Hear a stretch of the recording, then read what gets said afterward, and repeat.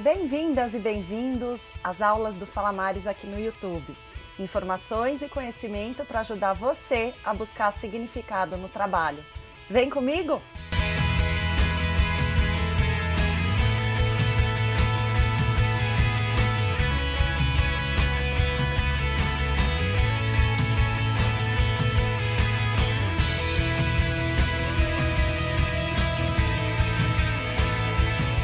Olha só, nessa primeira aula a gente vai falar sobre ansiedade, a doença que está consumindo a humanidade. Esse é o ponto de partida da reflexão que eu quero propor, porque eu acredito que para transformar o mundo do trabalho em algo mais bacana, mais saudável, a gente precisa entender a dimensão desse problema. Então eu vou te mostrar o contexto atual da força de trabalho no mundo inteiro, dados e estatísticas globais sobre ansiedade, depressão e suicídio e como é que está o Brasil em relação a essas questões. O objetivo dessa primeira aula, dessa aula inaugural, é despertar a sua consciência por meio de informação confiável e qualificada. E daí você pode aproveitar o que fizer sentido para você e exercitar o pensamento crítico. A aula é dividida em módulos. Entre um e outro tem uma tela introdutória. Então você pode pular para o próximo se o assunto não tiver do seu interesse. Mas eu não recomendo, tá? Porque eles são super interligados e são bem curtinhos, entre 1,5 minutos e 5 minutos cada um. Não precisa também dar print, anotar loucamente como se não houvesse amanhã, porque no final da aula eu vou te dar um link que você vai poder baixar um Visual Thinking com um resumo de tudo que foi abordado durante a aula.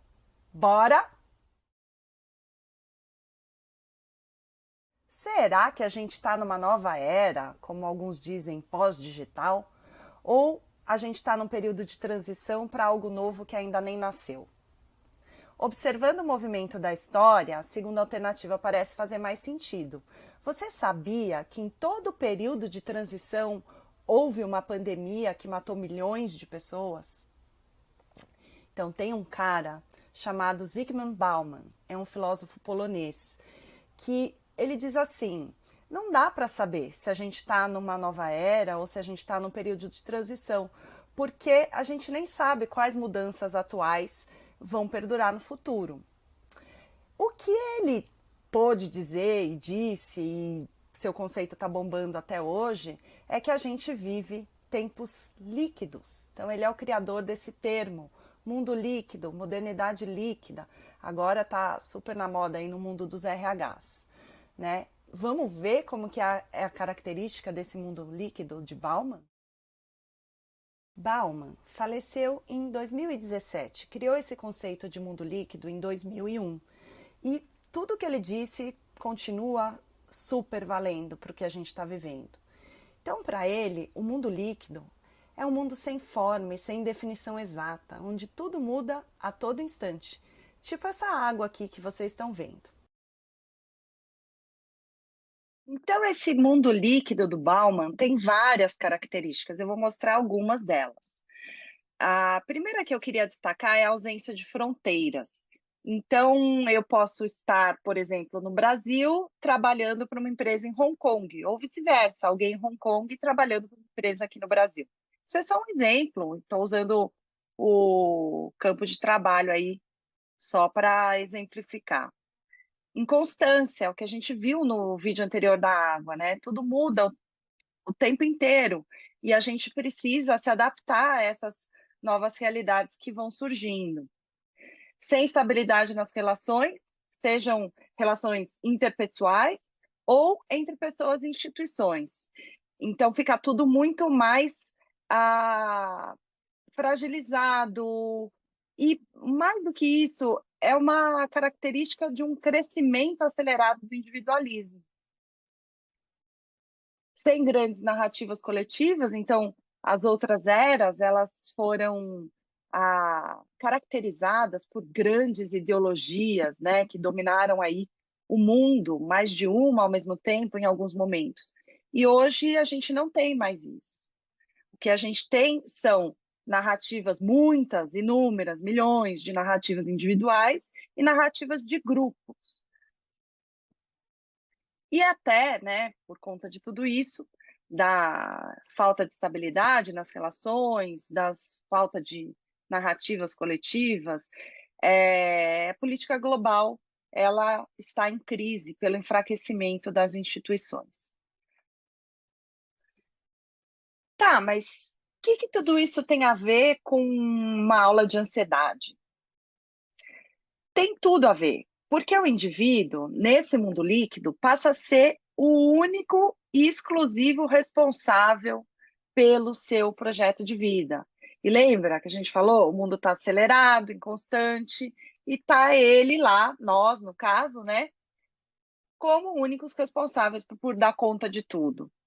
E é nesse contexto que cabe observar que a globalização e a tecnologia, elas trouxeram inúmeros benefícios, inimagináveis, mas que ela também tem um lado perverso, né? E que ela deixou a vida mais vazia e insegura, porque são tantas escolhas que a gente tem que fazer ao longo de um dia, ao longo de uma vida, que o ser humano atual sofre muito mais por aquilo que ele teve que abrir mão do que ele goza pelo que de fato ele conquistou. O consumo extremo afeta o modo de vida das pessoas. Tudo virou mercadoria, né? A beleza, a saúde, o conhecimento e, obviamente, o nosso trabalho. No mundo atual do trabalho, a pauta é pelo desempenho. E por essa crença aqui que eu estou mostrando para vocês, estadunidense, do yes, we can. Então, não há limites, não há limitações. Se você quer, você pode, você consegue. Se mata aí que vai dar certo, sabe? É aquela coisa do morra rico ou morra tentando. O problema é que a maioria de nós não vai ingressar na lista de bilionários, que está cada vez mais extensa. Nós vamos ficar frustrados. Então, a gente tem que se perguntar: sim, eu posso, mas eu quero? Yes, we can. Mas nós queremos, né? Então, essa obsessão praticamente pelo desempenho acaba contribuindo aí para que sejamos cada vez mais ansiosos, deprimidos e frustrados.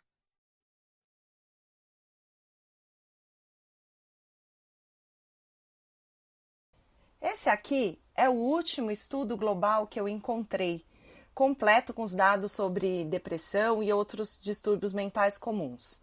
Foi publicado pela OMS em 2017 e traz dados de 2015, portanto, sem o reflexo aí da pandemia.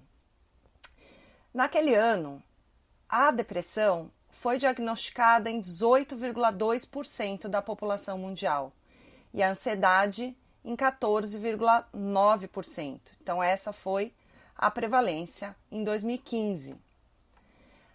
A África foi a região monitorada pela OMS como a de maior prevalência no número de casos diagnosticados de depressão. Veja, não estou falando em números absolutos, então não é a região com maior número de depressivos, mas sim a de maior prevalência, tá? Então é a porcentagem das pessoas diagnosticadas com depressão sobre o número total da população. E a ansiedade, a região a ansiedade, a região de maior prevalência é a região das Américas. Em 2015, 322 milhões de pessoas haviam sido diagnosticadas com a depressão.